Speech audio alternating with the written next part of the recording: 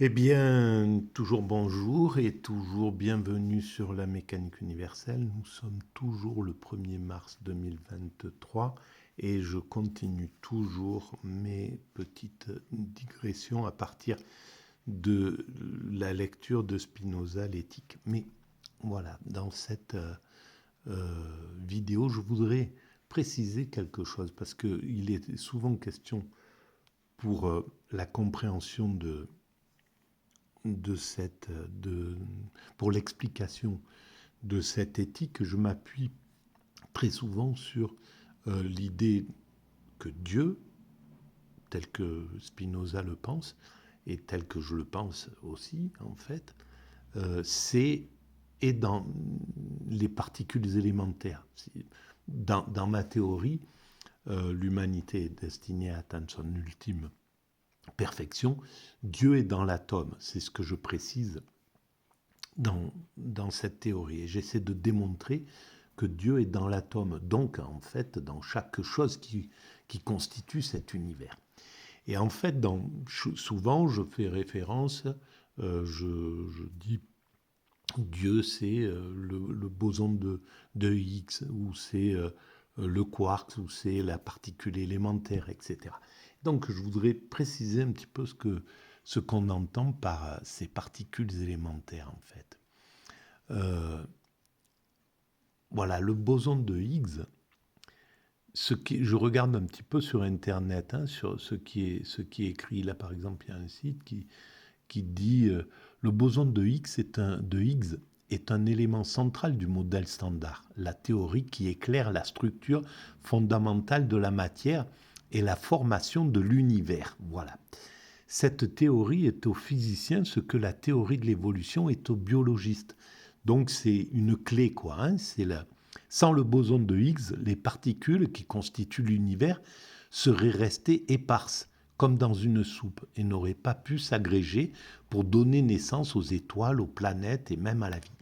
En fait, le boson de Higgs, c'est ce qui donne la matérialité aux particules immatérielles.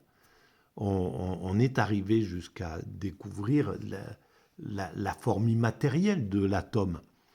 Mais pour qu'il y ait pour que ça puisse donner sa matérialité, pour que ça puisse donner comment se présente la création pour nous, c'est-à-dire quelque chose de solide, de dur, eh bien, c'est le boson de Higgs qui donne cette matérialité. En somme, c'est ce que j'ai cru comprendre. Pour le chercheur, pour les chercheurs, le boson de Higgs est un peu le saint graal de la physique des particules.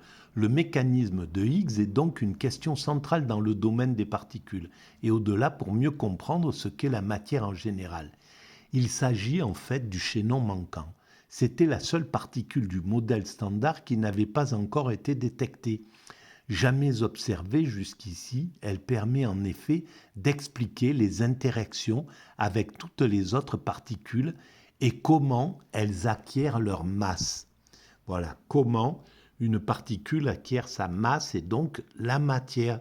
Et en fait, c'est là où c'est grandiose, quoi, la recherche, ce que nous sommes en train de chercher, c'est-à-dire pourquoi cette création à partir de rien, du vide, de quelque chose d'immatériel, donne cet univers qui nous semble matériel, en fait, qui donne au moins l'illusion de cette matérialité.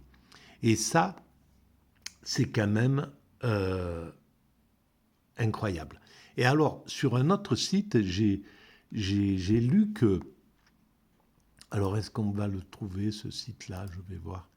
Non, alors c'est pas là, c'est où? C'était là, quelle est là? Voilà, c'était là-dessus. Alors, pardon, ce site s'appelle GuruMed. Dans la préface d'un livre à paraître, Starmus, l'éminent et pessimiste physicien Stephen Hawking affirme que le boson de Higgs alias la particule de Dieu, c'est pourquoi aussi je fais référence souvent à ça, pourrait détruire l'univers. Mais c'est légitime quand on pense à ça. C'est même pas triste, c'est même pas tragique, c'est juste normal, quoi. C'est le principe créateur. Dieu est dans cette tient tout dans sa propre nature, en somme. Voilà, c'est légitime. Donc Hawking affirme que si suffisamment d'énergie est dirigée vers la particule, elle pourrait provoquer l'effondrement de l'espace et du temps. Il affirme également que nous ne le verrions pas venir. Le boson de Higgs est surnommé aux grandes dames des scientifiques la particule de Dieu, celle qui donne à la matière sa masse. C'est une très petite particule que les chercheurs ont longtemps supposée comme existante. Sa découverte confère un fort soutien au modèle standard de la physique des particules, ou les lois connues de la physique des particules estimées par les physiciens comme gouvernant les unités élémentaires des structures fondamentales de la matière. Le boson de Higgs est très important pour le modèle standard, car il indique l'existence du champ de Higgs, un champ d'énergie invisible présent partout dans l'univers qui imprègne d'autres particules avec une masse. Mais pas à coup de masse, hein. C'est avec la masse. Depuis sa découverte, il y a 2 ans, elle a suscité moult discussions dans la communauté scientifique. Voilà, alors c'est très possible en fait que cette particule, voilà, si ce principe créateur décidait d'enlever la masse aux particules, eh bien effectivement, on tombe dans une autre dimension, c'est-à-dire que on sort de l'univers. Cet univers matériel n'existe plus, évidemment. Et donc, c'est vraiment intéressant.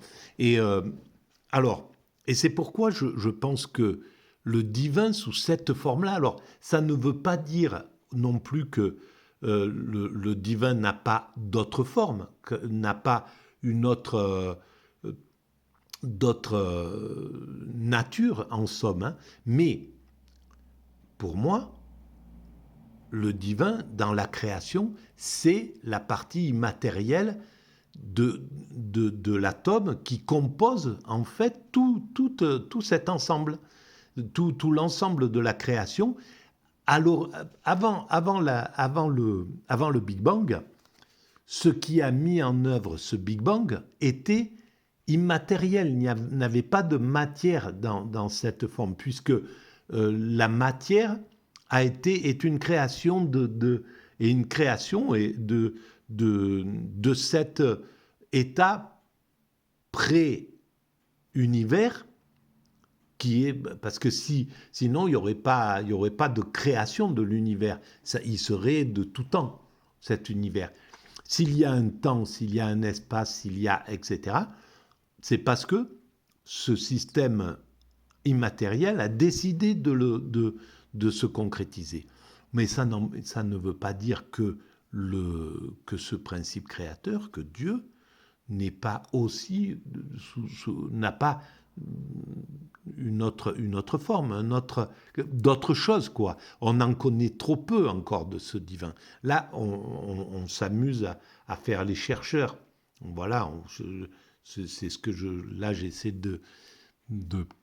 d'avancer vers quelque chose qui est insoluble encore. Mais bon, voilà, il n'empêche que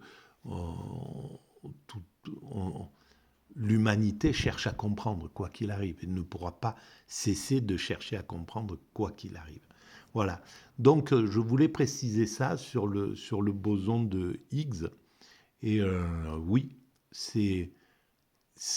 on peut comprendre pourquoi c'est appelé la particule de Dieu.